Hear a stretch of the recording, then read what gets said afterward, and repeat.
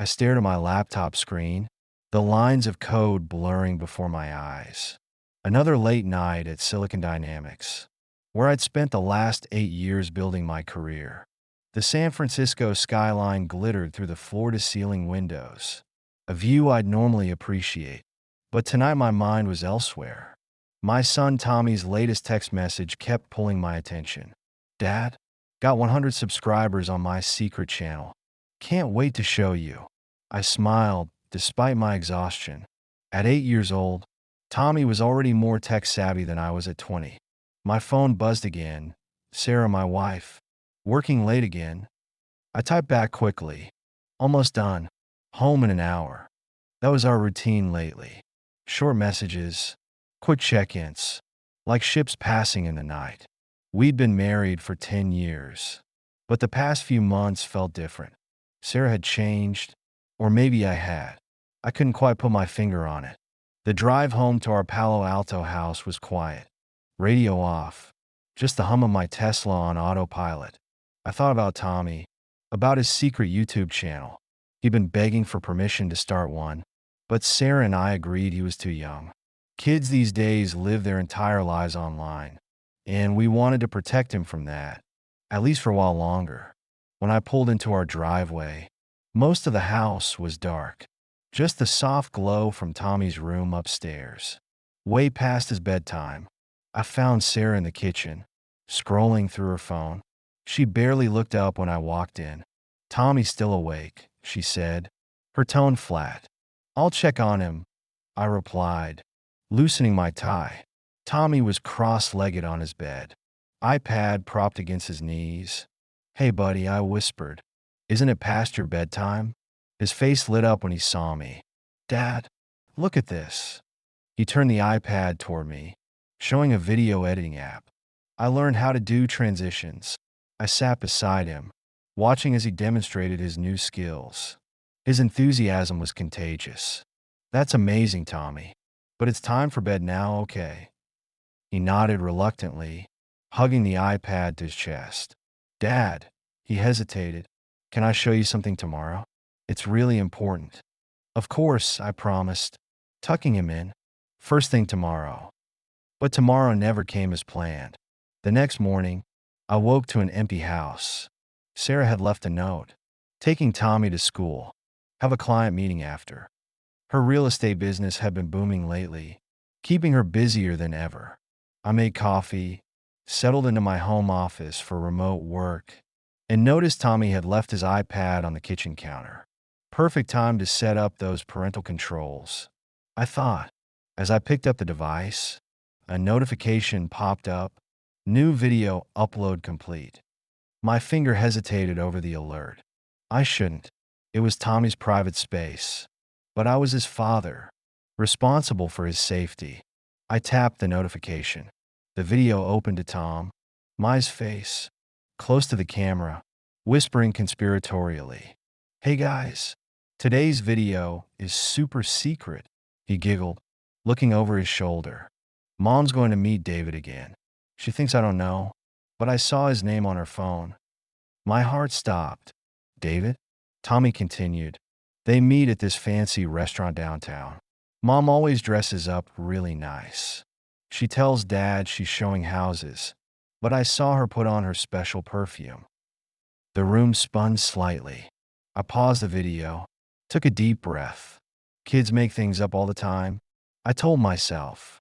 They misunderstand situations. But something made me keep watching. The next clip showed Sarah leaving the house, Tommy's camera following her from his window. "See? That's her fancy dress. The one David likes." My hands were shaking now. I scrolled through his channel, finding more videos, each one a piece of evidence, innocently documented by our son. Sarah meeting someone in a black Mercedes. Sarah coming home late, smelling of wine. Sarah laughing at text messages, quickly hiding her phone when I walked in. All captured through Tommy's lens, his running commentary providing context. I never wanted to know.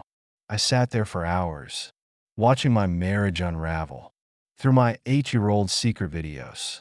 The worst part wasn't the betrayal.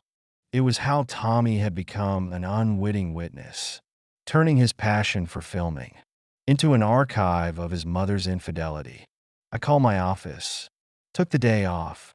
I needed time to think, to plan my next move. By afternoon, I had Detective Mike Ross's number on my screen. A friend had recommended him, said he was discreet. Mr. Miller. His voice was steady, professional. Tell me what you need. I explained the situation, leaving out Tommy's videos. I need to know for sure, I said. I need evidence that will hold up in court. I understand, Ross replied. We'll start today. The next 2 weeks were torture. I went through the motions of normal life, pretending I didn't see the signs that had been there all along. Sarah's late meetings, her new wardrobe, the way she guarded her phone. Tommy kept making his videos, blissfully unaware of their impact. Each night, after he went to bed, I'd watch his latest uploads, my heart breaking all over again. Ross's first report came by encrypted email. Photos of Sarah entering a high-end restaurant, Le Papillon, meeting a man who matched Tommy's descriptions. David Anderson, successful tech entrepreneur, recently divorced. They looked happy together, laughing over wine, holding hands under the table. More photos followed. Their cars parked outside a luxury apartment building. Sarah entering the lobby, David following minutes later. Receipts for jewelry I'd never seen her wear. Hotel reservations under his name. Each piece of evidence felt like a physical blow. But I couldn't confront her yet. I needed more time, needed to probe. CT Tommy. One evening, I found him in his room, filming another video. Hey Dad, he smiled, turning the camera toward me. Want to be in my video? I sat beside him, trying to smile. Tommy, I said carefully, those videos you made about Mom. His face fell slightly. What videos? The ones about her and David. He put down his camera, suddenly looking much older than 8. Am I in trouble? No, buddy. I pulled him close. You're not in trouble. But I need you to tell me the truth. What do you know about David?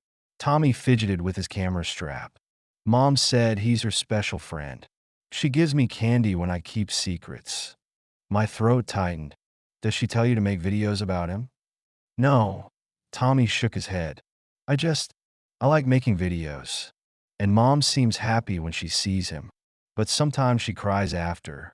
I don't understand, Dad. I held him tighter, feeling his small body tremble. It's not your fault, I whispered. None of this is your fault. That night, I couldn't sleep. The weight of decisions pressed down on me. I could confront Sarah, demand explanations. But what would that solve? The truth was already destroying our family, piece by piece. Tommy's innocent videos had exposed everything. But at what cost him? The next morning, I called Amanda Parker, the best divorce attorney in Silicon Valley. Her office overlooked the bay, all glass and chrome and quiet efficiency. The videos, she said, reviewing Tommy's channel on her laptop. They're compelling evidence, but using them could traumatize your son. I nodded. I know. That's why I hired the detective. She smiled approvingly. Smart move. We'll build the case carefully. Protect Tommy at all costs. What should I do now? I asked. Stay calm, she advised. Document everything. Start separating your finances. And most importantly, be there for your son. I left her office with a plan, but my heart was heavy. That evening, Sarah was working late again. Tommy and I ordered pizza, watched his favorite movies. He fell asleep on the couch, his camera still in his hands. I carried him to bed, tucked him in, and made my decision. I wouldn't let this destroy him. Whatever happened next, I had to protect my son. The next day, I started looking for apartments, somewhere close to Tommy's school, a place where we could start fresh. If it came to that, Sarah noticed my distance, but didn't question it. Maybe she was relieved, having more freedom for her other life. Detective Ross's final report arrived a week later. Hundreds of photos, text messages, hotel receipts. A complete timeline of Sarah's affair, stretching back 6 months. I stored everything in a secure cloud drive, shared access with Amanda. Then I waited, watching my wife live her double life, listening to my son's innocent narration of our family's collapse. The breaking point came unexpectedly. Tom, I uploaded a new video, filmed through his bedroom window. Sarah and David in the driveway. A quick kiss before she got in her car. Mom looks sad today, Tommy's voice narrated. Maybe because Dad's been sleeping in his office. I closed my laptop, tears finally breaking through. It was time to end this. Before Tommy lost his childhood to his parents' broken promises. That night, I packed a suitcase while Sarah was out. Left a note on the kitchen counter. I know everything. I'm staying at the Marriott. Call my lawyer. I took one last look at our family photos, memories of happier times, then walked out the door. Tommy was already asleep, his camera charging beside his bed. I kissed his forehead, whispered goodbye, promised myself I'd make this right somehow. As I drove away, my phone buzzed with a new notification. Tommy's channel, new video upload. I didn't watch it. Some stories don't need to be told, even by the most innocent storytellers. The Marriott was quiet, impersonal, perfect for starting over. I sat on the edge of the bed, staring at my reflection in the dark window. Tomorrow would bring chaos. Sarah's anger, Tommy's confusion, lawyers and custody battles. But tonight, I just needed to breathe, to find strength for what was coming. My phone lit up with Sarah's call. I let it ring, watching our family picture fade to black. On the screen, some endings are also beginnings, I thought, as San Francisco's lights twinkled below. I just had to find the courage to face this one. The first week at the Marriott passed in a blur. Sarah's calls became increasingly frantic, then angry, then threatening. "You can't just leave like this," she screamed into my voicemail. "What about Tommy? What about our life?" I listened to each message, saving them as Amanda advised. Tommy called too, his voice small and confused. "Dad, when are you coming home? Mom's really mad."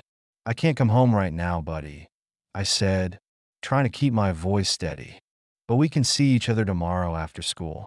"How does that sound?" He was quiet for a moment. "Can I bring my camera?" "Of course you can." I met him at the park near his school. He ran to me, camera clutched to his chest, eyes red from crying. We sat on a bench, watching other kids play. "Mom says you abandoned us," he said finally. My heart clenched. "I would never abandon you, Tommy. Never. Sometimes grown-ups need space to figure things out." He nodded, fiddling with his camera. "Is it because of my videos? About Mom and David?" I turned to face him fully. "Listen to me, Tommy. None of this is your fault. You did nothing wrong." "But Mom said—" "Mom is upset," I interrupted gently. "She's saying things she doesn't mean." We spent the afternoon together, Tommy showing me his latest video projects, carefully avoiding any mention of Sarah or David. When I dropped him off, Sarah was waiting at the door, arms crossed. "We need to talk," she said. "My lawyer will contact yours," I replied, driving away before she could argue. The divorce proceedings began quickly. Sarah's initial filing was aggressive, demanding full custody, the house, substantial alimony. Her lawyer painted me as unstable, claiming I'd abandoned my family, without warning or cause. Amanda was prepared.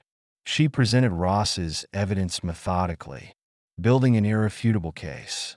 The photos, the hotel receipts, the timeline of deception. Sarah's face grew paler with each revelation. David stopped answering her calls. When the proceedings became public, his company's board was concerned about scandal. He disappeared from her life as quickly as he'd entered it. Meanwhile, Tommy struggled to adjust. His grades dropped. He stopped making videos. The school counselor called, concerned about his withdrawal. I scheduled regular sessions with a child therapist, Dr. Chen, who specialized in helping kids through divorce. Tommy's using his camera as both shield and sword. She explained during our consultation. It protected him from the reality of what he was seeing, but also forced him to document it. He needs to rediscover joy in filming without the weight of secret keeping. I nodded, thinking of all the videos still saved on his iPad. How do I help him? Be present, she advised. Create new memories. Show him it's okay to tell stories again. I took her words to heart, rented a small apartment near Tommy's school, set up a room just for him, bought him new camera equipment, enrolled him in a youth filmmaking workshop. Slowly, he began to emerge from his shell. The custody battle turned ugly. Sarah, desperate and angry, demanded a DNA test. How do you know he's even yours? She spat during a heated exchange. For all you know, I've been unfaithful our entire marriage. The words were meant to hurt, but they only revealed her desperation. I agreed to the test, confident in my bond with Tommy. The results confirmed what I'd always known. Tommy was my son, in blood and in heart. Sarah's accusations backfired, weakening her position in court. The judge saw through her tactics, questioning her stability and decision-making. Joint custody was ordered, with Tommy's preference given weight. The house would be sold, assets divided equally. Sarah's alimony demands were reduced significantly, given her own successful career and the circumstances of our separation. Through it all, I watched Tommy closely, worried about the impact of seeing his parents fight. But kids are resilient, sometimes more than we expect. One evening, as we were setting up his new room, he pulled out his camera.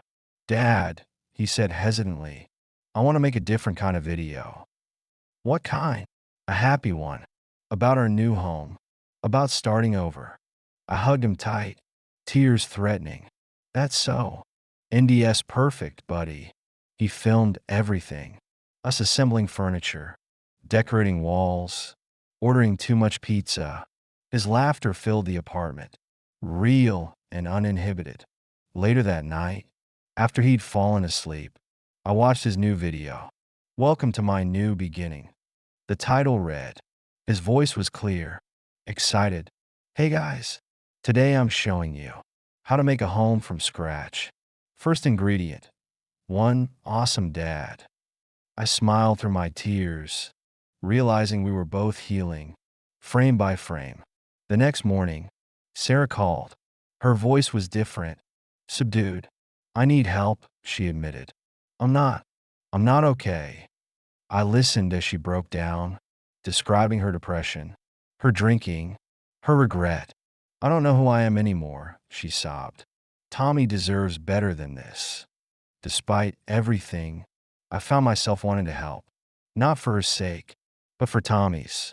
He needed both parents whole and healthy. I researched treatment centers, made calls, arranged for Sarah's sister to help. When Tommy asked where his mom was, I told him the truth. She's getting help to feel better.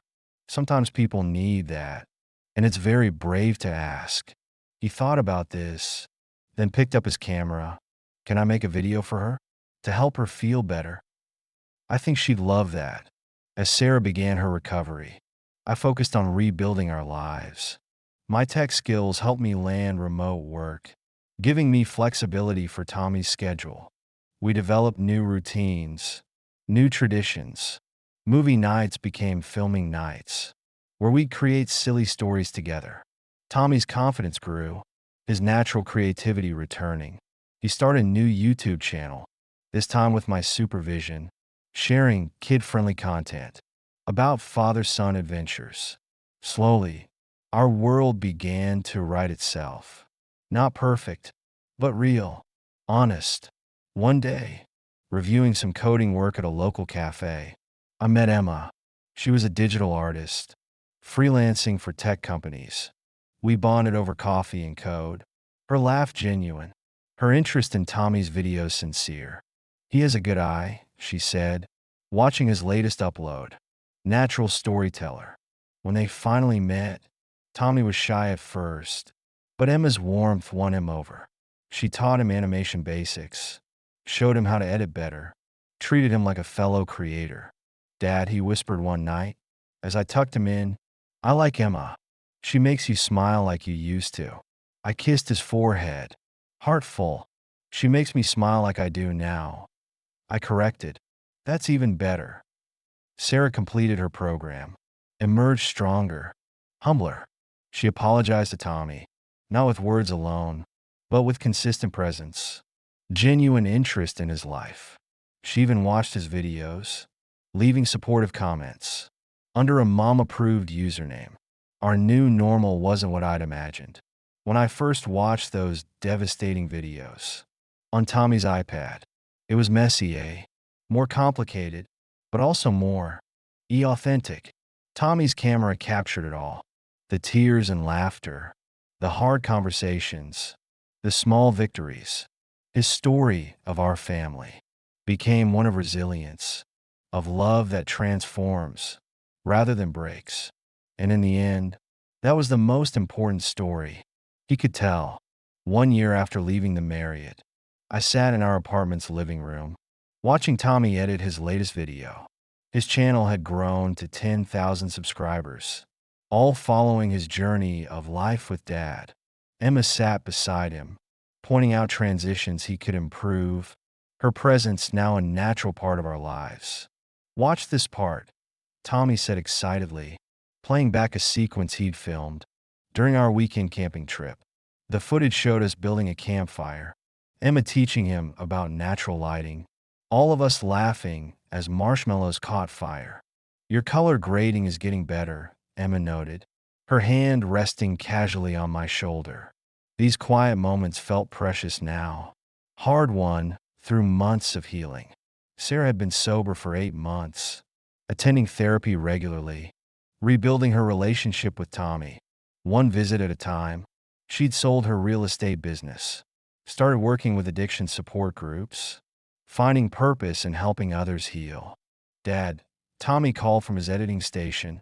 Remember when I used to make secret videos? My heart skipped a beat. We rarely talked about those days. Ido, Buggy. He turned to face me, his expression thoughtful. I'm glad I don't have to keep secrets anymore. Emma squeezed my shoulder, understanding the weight of his words. Secrets hurt people, she said gently. Stories heal them. Tommy nodded, turning back to his computer. That's why I like making these videos now. They're real. Later that night, after Tommy was asleep, Emma and I sat on the balcony, San Francisco's lights twinkling below. He's come so far, she murmured, leaning against me. You both have. I thought about the past year, how life had unraveled and reformed, stronger at the broken places. We couldn't have done it without you. I admitted. She turned to face me, her eyes serious. Jason, I need to tell you something. My heart raced, old fears threatening to surface. I got offered a lead position at Pixar. She continued. It's an amazing opportunity, but it means moving to Emeryville, about an hour from here. I let out a breath I didn't know I'd been holding. Emma, that's fantastic news. She bit her lip. I was thinking, maybe it's time. For all of us. The implications of her words hung in the air. Moving in together. Blending our lives completely. Taking the next step. I need to talk to Tommy, I said slowly. And Sarah. Emma nodded. Of course. No rushing, no pressure. Just something to think about. The next morning, I took Tommy to his favorite breakfast spot. Over chocolate chip pancakes, I broached the subject. How would you feel about moving to Emeryville? He looked up curious. With Emma. Yeah, buddy. With Emma. He considered this. Fork paused midway to his mouth. Would I have to change schools? Probably. But we'd find a good one. And you'd have a bigger room for filming. Would Mom be okay? The question held layers of concern, showing how much he'd grown. We can talk to her together, I suggested. See how she feels. Sarah took the news better than I expected. We met at her favorite coffee shop, Tommy between us, as I explained Emma's job offer. Emeryville's not far, Sarah said, her voice steady. We can adjust the custody schedule. Maybe I could even move closer eventually. Her grace in that moment, putting Tommy's happiness first, showed how far she'd come. Tommy pulled out his camera, a habit now when processing big changes. Can I document the move? He asked. Make it a special series? Of course, Emma said, joining us with her tea. We'll call it New Chapter. The next few months flew by. House hunting in Emeryville, school tours, packing boxes, Tommy filmed everything, turning our transition into content his subscribers loved. Moving with My Dad and Emma became his most watched series yet. The comment section filled with support, other kids sharing their blended family stories. Emma found us a beautiful craftsman house, walking distance to her new office.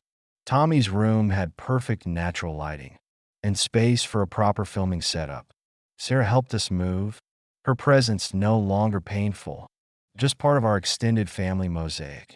She'd found her own peace, dating casually, focusing on her recovery work. The night before Tommy started his new school, we sat in our new backyard, fairy lights twinkling in the trees. Emma had surprised him with an upgraded camera for capturing new memories, she'd said. He tested it now, panning across our little gathering. Me at the grill, Emma setting the table, Sarah arranging flowers she'd brought. Hey guys, he narrated, his voice confident. Welcome to the first dinner in our new home. Today I'm going to show you what a modern family looks like. I caught Emma's eye across the yard, saw my own joy reflected there. This wasn't the life I'd planned, but it was better, richer, more authentic. Later, reviewing Tommy's footage, I noticed how he'd captured small moments. The way Emma automatically fixed my collar, Sarah's genuine laugh at Tommy's jokes, the easy flow of conversation between all of us. This is my favorite video yet, he declared, snuggled between Emma and me on the couch. Know why?